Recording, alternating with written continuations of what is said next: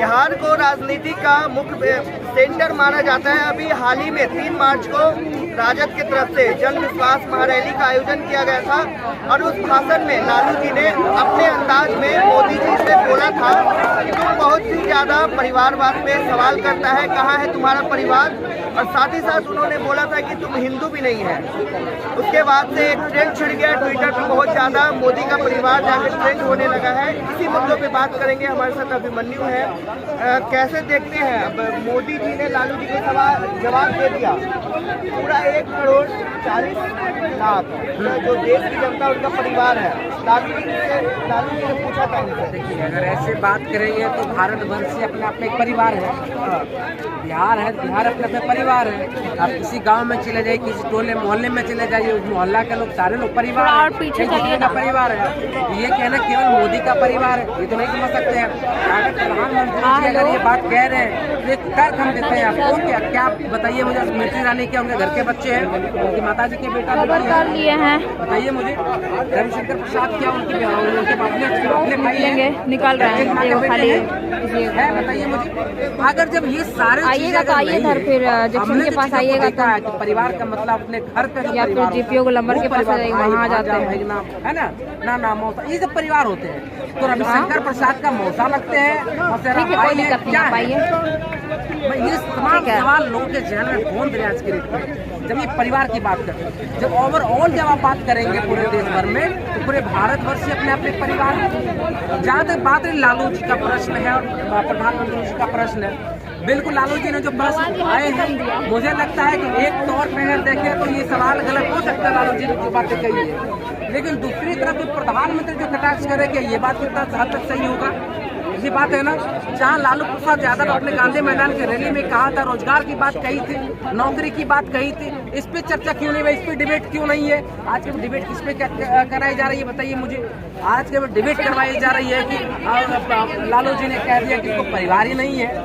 ये डिबेट का क्या मुद्दा हो सकता है? वो डिस्कोर्स का केंद्र हो सकता है? नहीं हो सकता। उस पर भी बातें कर रहे हैं। मोदी जी बोल रहे हैं कि मोदी की गारंटी मतलब गारंटी पूरी होने की गारंटी। बिल्कुल सही कहा कि मोदी जी की गारंटी क्या है?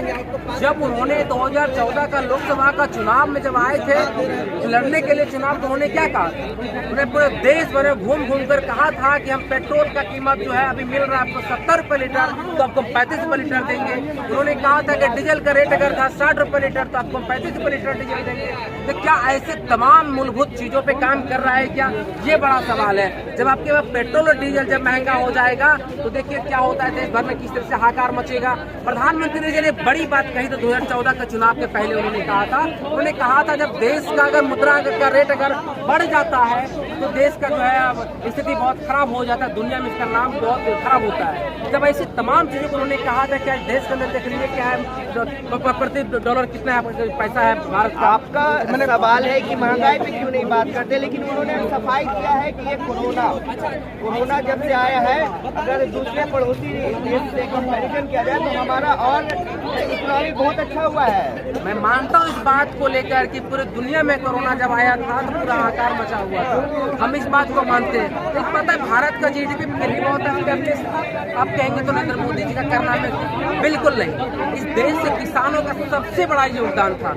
वो किसान जो खेतों खलिहानों में अपने हर चीज को छोड़कर खट रहे थे, मेहनत कर रहे थे, भारतवर्ष के लिए अनाज उगा रहे थे, सबको खाना मिल जाए, सबको भोजन मिल जाए, ऐसे तमाम मुद्दे को लेकर बहुत संघर्ष कर रहे थे। कोरोना से पीरियड में संघर्ष कर रहे थे, उन किसानों का दिन था। लेकिन हुआ क्या, उन किसानों को मिला क्या?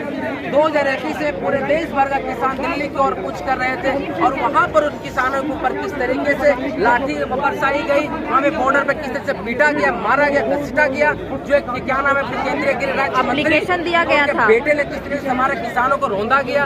लगभग हमारे 700 किसान शहादत दे दिया था। उन किसानों का क्या हुआ? जिस किसान ने इतनी मेहनत करी, जिस किसान ने आपके भारत के GDP को एस्टेब्लिश की कोरोना से महामारी में, क्या हुआ तो उसका बताइए मुझे।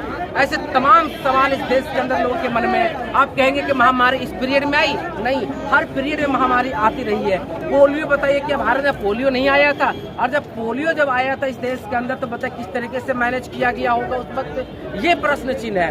क्या उस वक्त की सरकार नहीं देख रही थी जब पूरे दुनिया में जब क्राइसिस था 2008 के समय में जो वैश्विक मंदी आ चुका था, उस वक्त डॉक्टर मनमोहन सिंह ने भारत की जीडीपी को और भारत की जो आर्थिक स्थिति को बेहतर करने का काम किया था। तो ये देखना पड़ेगा, क्योंकि जब प्रधानमंत्री उस वक्त जब भारत के अंदर जब मौजूदा प्रधानमंत्री उन्होंने हर महंगाई की बात उन्होंने कहा था, बहुत ही महंगाई की मार, अब की बार मोदी सरकार। अब देश भर में लोग सवाल पूछ रहे हैं कि अब किसकी सरकार, भाई बताओ। महंगाई तो आज भी, महंगाई से लोग आज भी तरसते हैं। अभी भी वो बोल रहे हैं कि अगले बार एनडीए सरकार 400 पार, अभी भी वो बोल रहे हैं। वो बिल्कुल सही उन्होंने कहा। 400 पार का मतलब ही यही होता है कि जो व्यक्ति पोस्ट ग्रेजुएट जाकर करेगा किसी विश्वविद्यालय से जाकर, लगभग 40,000 रुपये लगता है, उसका 4 गुना जोड़ दीजिए उनको कितना लगेगा। मैं क्यों कह रहा हूँ ये बात, मैं इसलिए कह रहा हूँ पूरे देश भर से लगभग पूरे देश में 80 करोड़ लोगों को सरकार अनाज मुहैया करा रही है। उस अनाज को मुहैया कराने के पीछे बताए वो तमाम गरीब लोग, क्या विश्वविद्यालय से कभी सोच सकता है कि वो जाकर पोस्ट ग्रेजुएशन करेगा?